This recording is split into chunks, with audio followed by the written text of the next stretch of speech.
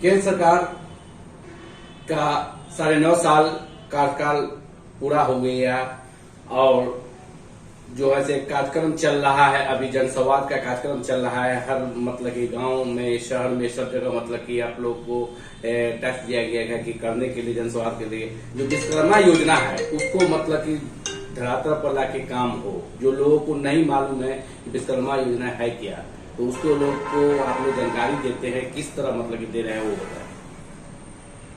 देखिए, आदरणीय प्रधानमंत्री जी का 2014 के बाद एक योजना है, वो एक तरह से हिंदुस्तान के राजनीति में क्रांतिकारी और सामाजिक जीवन में, राजनीतिक जीवन में, शैक्षणिक जीवन में और आम जनता के लिए क्रांतिकारी परिवर्तन है। 2014 के बाद के काल को आप देखिए, उसमें अभी जो पीएम विश्वकर्मा योजना आया है, इसमें जो कारीगर हैं हमारे समाज के, जो बढ़ई हैं, जो बुनकर हैं, जो कुम्हार समाज के हमारे लोग हैं, जो भी कारीगर हैं, दर्जी हैं, जो भी कारीगर हैं, उन लोगों के लिए ये योजना है। उन लोगों को कुशल प्रशिक्षण भी दिया जाना है। इसमें प्रशिक्षण के काल में 500 रुपया रोज का छात्र, मतलब उन लोगों को अनुदान भी मिलेगा 500 रुपया रोज का। और प्रशिक्षित होने के बाद लोन की भी सुविधा है कि वो लोग अपना टूल्स खरीदें, मशीन खरीदें और स्वरोजगार के दिशा में एक मोदी जी का महत्वपूर्ण कदम है। जो आर्थिक रूप से जो मध्यम वर्ग है, जो एमएसएमई उद्योग लगाना चाहते हैं, जो लघु उद्योग वाले हैं, इस तरह के सभी लोगों के लिए कुशल प्रशिक्षण और लोन की व्यवस्था आदरणीय मोदी जी के सरकार में किया गया है। और ये एक बहुत बड़ा क्रांतिकारी कदम है। इससे समाज के लोगों को जब ये मशीन उसको सुविधा से मिल जाएगा तो निश्चित रूप से वो ज्यादा काम कर पाएंगे और अपने परिवार का भरण पोषण अच्छे ढंग से करेंगे। 5 राज्य में विधानसभा का चुनाव होने जा रहा है, उसके लेके मतलब कि आप लोग क्या तैयारियां किए हुए हैं कि 5 राज्यों में एनडीए का मतलब कि जो है वहाँ सरकार बनेगी? कि जनता अब समझदार हो चुकी है।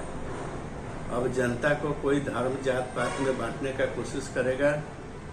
वोट जनता उसी को देगी जो विकास करेगा, जो काम करेगा वही राज करेगा। इसलिए जो मोदी जी के सरकार में काम हुआ है, निश्चित रूप से सराहनीय काम हुआ है। और जनता में, जनमानस में एक निश्चित रूप से ये धारणा है कि भारतीय जनता पार्टी जो आदरणीय नरेंद्र मोदी जी के नेतृत्व में चल रही है, वो देश में ही नहीं विदेश में भी, हमको विदेशों से सुरक्षित रखने में भी आदरणीय मोदी जी की भूमिका है। हमारे देश को सामरिक रूप से सशक्त बनाने में भी मोदी जी की बहुत अहम भूमिका, आदरणीय मोदी जी की भूमिका है। और हमारे गरीबों के पेट को सहलाने में भी, हमारे गरीबों के पेट को एक भरपूर अनाज देने की भी कोशिश, एक भरपूर रहन सहन देने की कोशिश, आवास देने की कोशिश, शौचालय देने की एक सराहनीय कोशिश जो मोदी जी द्वारा की गई है 2014 के बाद। सड़कों का जाल बिछा है, पुल पुलिया का जाल बिछा है। आदरणीय केंद्र सरकार के नेतृत्व में जो विकास का नया आयाम भारत में स्थापित हुआ है, ये कोरोना जैसी महामारी के बावजूद जहां विश्व के बड़े बड़े देश आर्थिक रूप से लचर गए थे, भारत का जीडीपी बढ़ा है और भारत उत्तरोत्तर विकास कर रहा है। और निश्चित रूप से भारतीय जनता पार्टी के नेतृत्व में हर जगह सरकार बनेगा। और लोगों की मानसिकता, लोगों को गुमराह कर नहीं किया जा सकता है। सबके घर में टेलीविजन है, सबके हाथ में मोबाइल है, लोग डेली न्यूज सुनते हैं, एक एक चीज की जानकारी लोग रखते हैं। इसलिए लोग अब गुमराह नहीं होंगे, विकास के नाम पर वोट देंगे। और निश्चित रूप से हम आशा करते हैं कि सभी राज्यों में भारतीय जनता पार्टी की सरकार बनेगी। और वैशाली लोकसभा से मतलब कि भाजपा की कार्यकर्ता द्वारा मांग उठ रही है कि वैशाली से मतलब कि भाजपा से उम्मीदवार हो इस बार। देखिए, ये तो हमारे यहाँ थिंक टैंक है, कोर कमेटी है, राष्ट्रीय स्तर पर कोर कमेटी है, प्रदेश स्तर पर कोर कमेटी है। हम तो छोटे नेता हैं, हम इसके बारे में कोई टिप्पणी नहीं कर सकते हैं। ये प्रदेश के नेतृत्व को सोचना है, केंद्रीय नेतृत्व को सोचना है।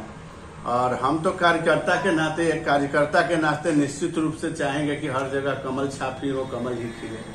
इसलिए हमारा भी मांग आप समझ लीजिए कि कमल ही खिले।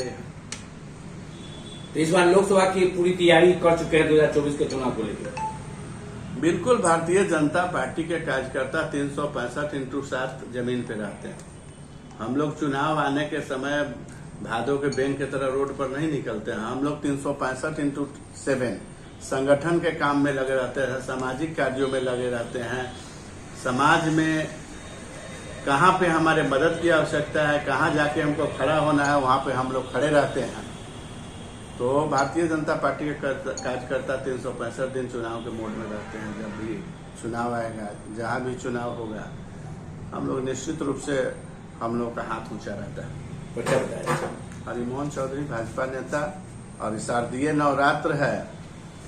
इस शारदीय नवरात्र में हम लोग माता शक्ति की पूजा करते हैं, और निश्चित रूप से ये मातृशक्ति ही विश्व की पालक, संहारक और पालने पोषने वाली है। तो ऐसे मातृशक्ति का वंदना इस दुर्गा पूजा में सभी लोगों के घर मंगल कामना हम करते हैं, सभी लोगों को शुभकामनाएं देते हैं। पूरे देशवासियों को, मुजफ्फरपुर वासियों को हम हार्दिक शुभकामनाएं देते हैं दुर्गा पूजा की। और जब तक सनातन का उत्थान नहीं होगा, देश का, विश्व का कल्याण नहीं होने वाला है। सभी धर्मों का जन्म, सभी धर्मों को एक सीख देने वाला, राह देने वाला सनातन धर्म ही है। सभी धर्मों की उत्पत्ति सनातन से ही हुई है, और सनातन एक शक्ति है, और इसमें मातृशक्ति को हम लोग पूजते हैं।